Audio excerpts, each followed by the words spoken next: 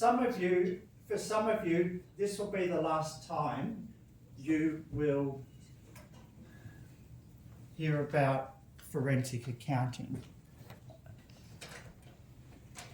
For some of you, this is going to be your life going forward. Maybe because some of you become professional fraudsters, possible, and maybe some of you become forensic accountants. Very possible. Why? Because humans are not going to change their behaviour. All right? In any distribution society, there's good, bad, and ugly. Okay? And you know through the fraud triangle, there's always opportunities out there, but combined with what? Two other things? Pressure and rationalisation. Pressure and rationalisation, then fraud is going to happen, and fraud does happen. Therefore, it's not easy for AI to replace you as a fraud investigator. Huh? Okay. AI is going to replace bookkeeping as an accountant, but on the side of fraud prevention and investigation, that's another matter, right? So that's a reason why you want to keep, I'm not sure about this now, but don't rule it out as a future career. Don't worry, this is no alcohol in here. This is hot water. All right, don't smell it. Okay. But here's why I get excited about this, because this is it. This is the whole gamut of forensic accounting.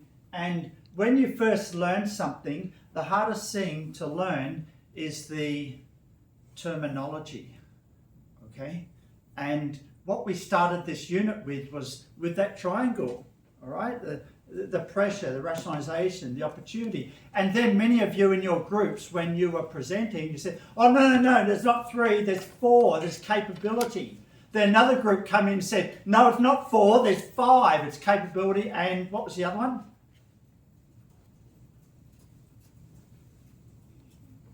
Attitude or that personality trait, narcissism. There was some Arrogance. Pardon?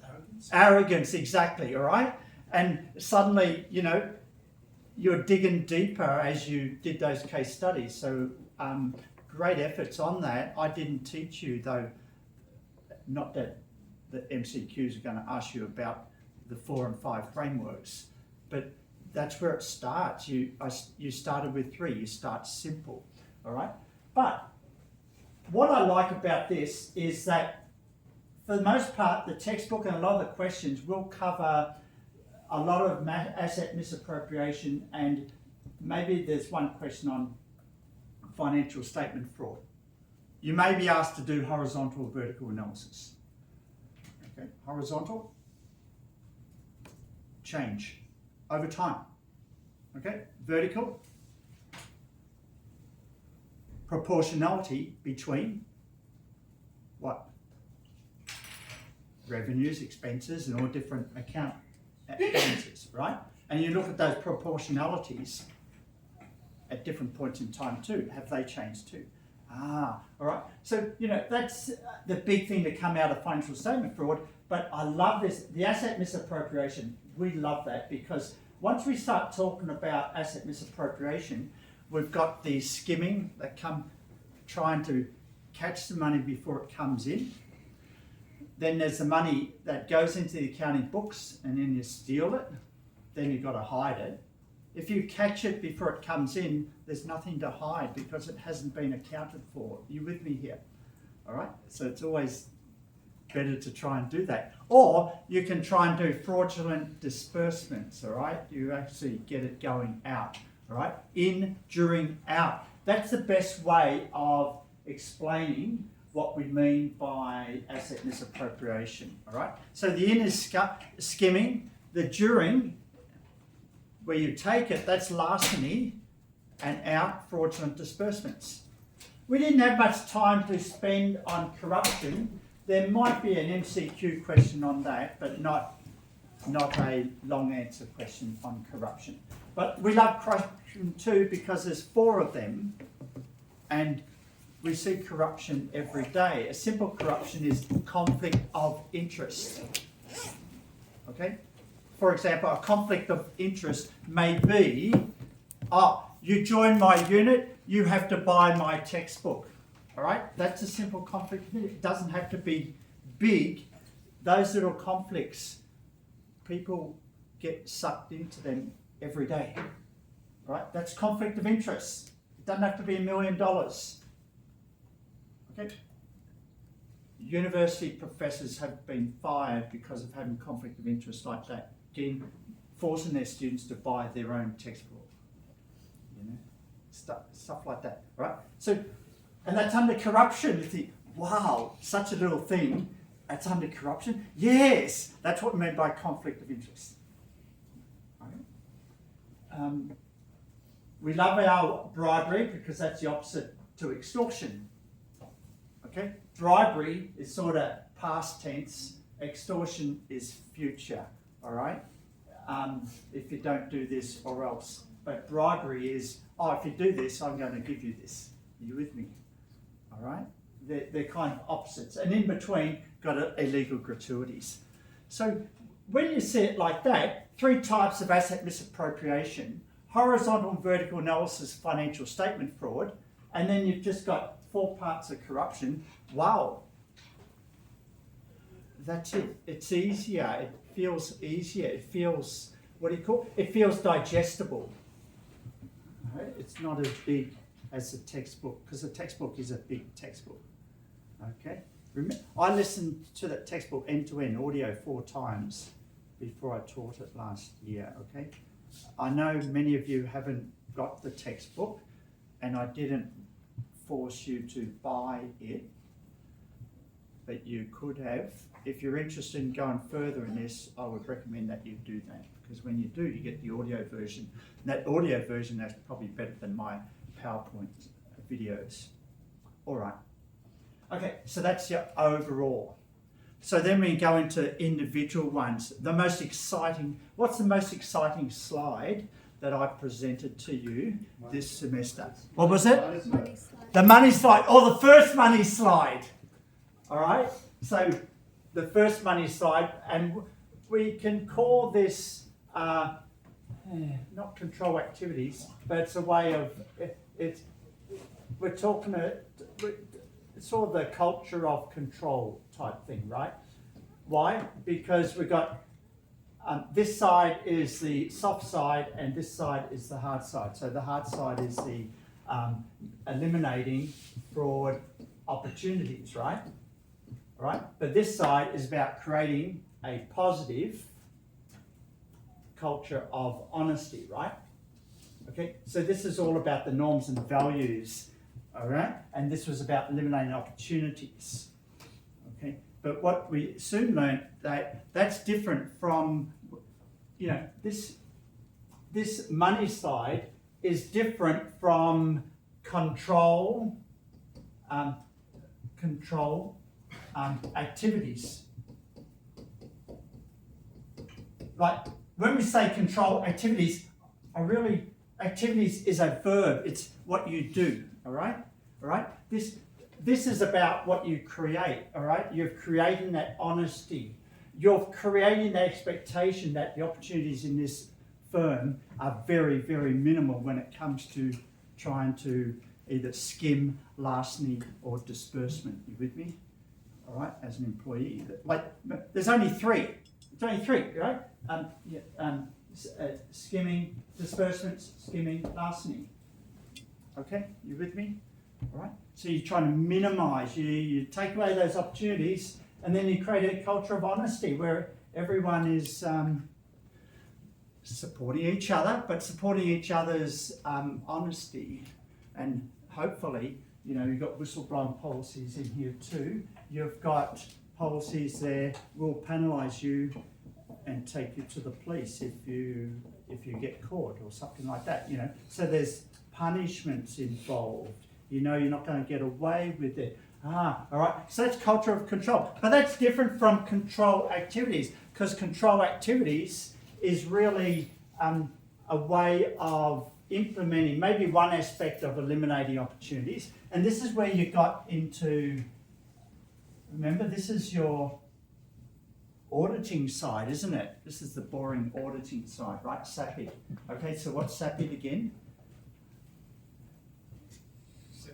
Separation of duties. Then A, proper authorisations. Is that right? Okay. And then physical checks. P, physical checks. All right. I for independent. What? Help me here. Auditors. Independent checks. And D, documentate. Exactly. All right. So this is your auditing course. Keep All the right. source document, the original ones. Yeah. Now wait a minute. Right. But this is your. That's your auditing course. All right. So we didn't spend much time on that, did we? Because you learn all about that in auditing, right? But what we did spend more time on the A, B, C, D, E, and F, right? Yeah. Okay. All right. F, all right. All right. So here we got analytical what?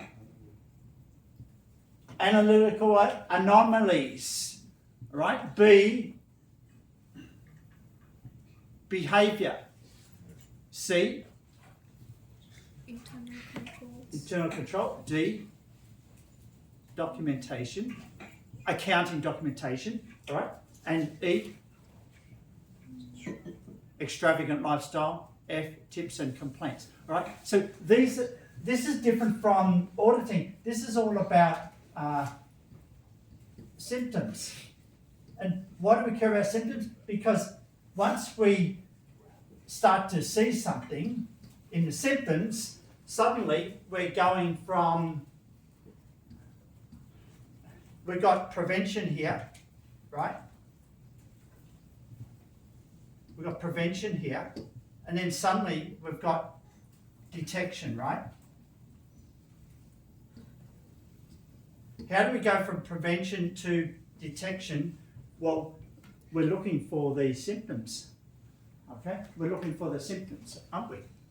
To go from one to the next. Yes or no? Okay, how do we gather all those symptoms together? How do we gather them all together? So, because once we go to detection, then we go to investigation, right? So you've got two roles in the future. You have two roles in forensic accounting investigation. Your first role could be in helping organisations to prevent fraud. Your other big role is in helping organisations to detect and investigate fraud. They're two different things. All right? Which one do you think you make more money on? Prevention in the long run. No. You as a consultant, which one would you make more money on? Invest. Prevention and investigation. You make more money here. All right? It's in the firm's interest to hire you here, right? So they have to spend money here, right? Remember, prevention is better than, once you get to here, well, it gets out of. Prevention is better than cure. You got that right. All right, and so these symptoms go in here to help us.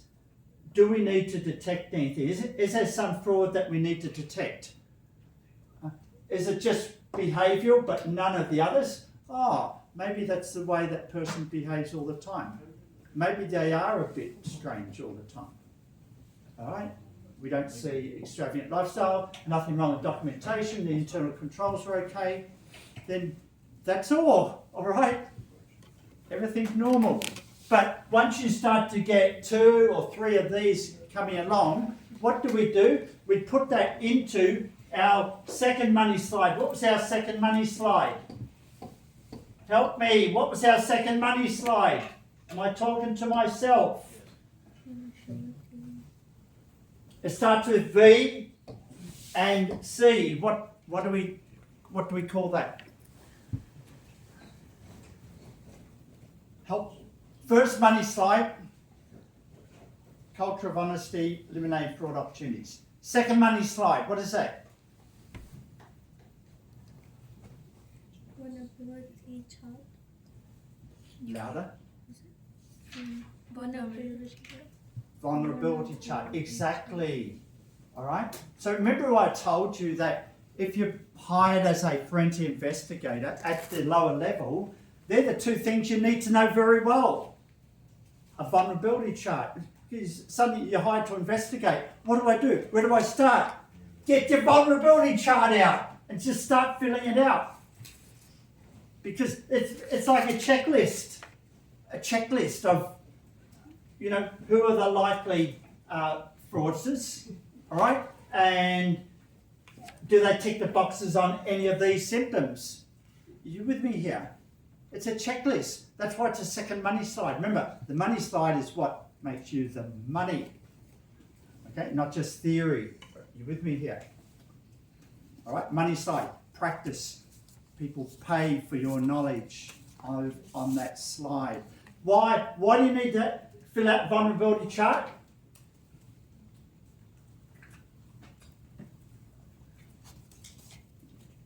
See, before you go to investigation, what do you need? Big P word, right? What's that? What is the key P word? Predication. Predication, exactly. Predication. I'm sure there's an MCQ question on that. Right? Predication is the glue that joins the suspects that you might have at the detection level, and you gather enough ticks on your vulnerability chart. We have predication now. We'd better launch a formal investigation.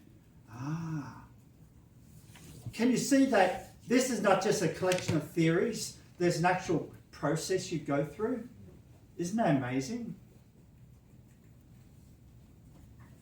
And remember, I'll just remind you again, you only need to be a fraud prevention consultant to be have a career. You don't even need to go to the investigation level.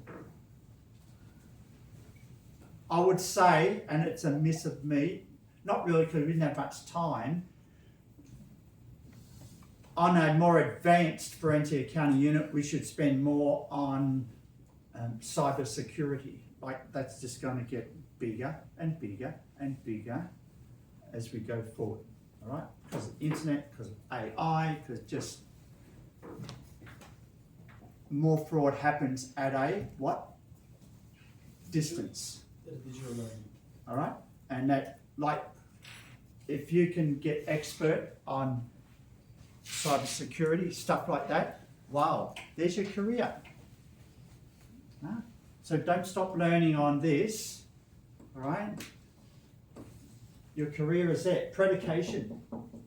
Predication. I love that word because once you start investigating, wow, okay, all the bad stuff comes out. All right, and we don't even want to go to the legal, right? We don't even want to go there, right? Like, no one wins when you get to this stage, okay? The lawyers win. The lawyers win, but not organisations don't, okay? No one wins, right? So that's why I want to state prevention. No one wins? Then who gets compensation? Who pays out? The lawyers win. Then who gets compensation? Who gets paid? Who has to pay? There's reputational effects that could never be compensated for. So, and sometimes the fraudsters, they may go bankrupt or whatever. So you just, it doesn't, because a court has a judgment, doesn't mean people get damages paid out and things like that. All right, you just don't even want to go there. It's a waste of your life, a waste of your time, unless you're a lawyer, unless you're a fraud investigator, unless you're a fraud. All right, so I think that's why this unit is so interesting. Okay, because all this stuff is going to continue to happen. organisations need to spend more and more on cyber security,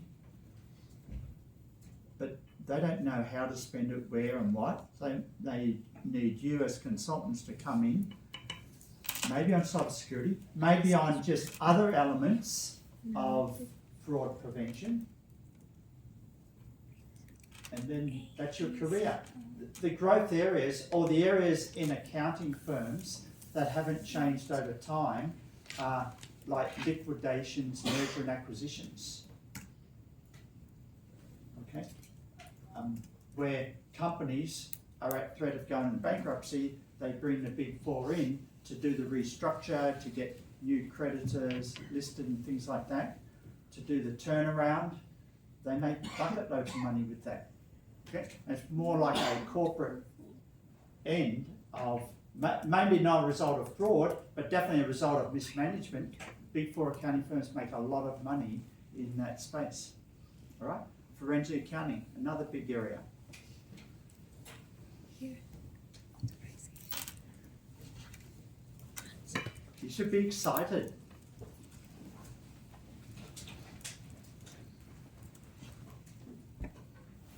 How many of you have studied auditing? Just a couple of you. When do you do, what about the rest of you? When do you study auditing next? Next year? Yeah. Next year? Yeah. Yeah, I found auditing was, not as interesting because there's no number crunching, you know. And it was too corporate, and you had to follow standards. Right? We're not following standards here. Okay? What's the stuff we're following here? We're following the standard of human behaviour. Are you with me here? This is we're trying to fight against the worst element of human psychology and behaviour. Right? That's what you're trying to do. That's what companies are trying to do. Like skimming, larcening, fraudulent disbursements. All right? There are always opportunities in every organisation. We try and minimise them through having the first money slide. That fails, then we go the next money slide. We're focusing on the symptoms: A, B, C, D, E, F. Okay.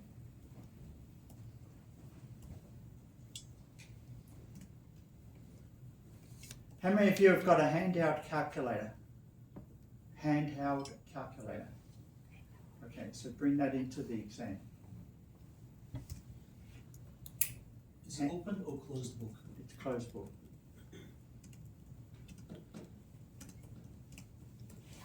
You shouldn't need open book. You've got so much time. You've got 2 hours. Okay.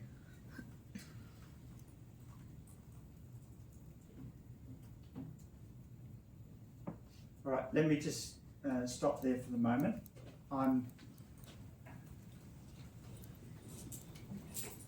excited to see all you present. You know, we've got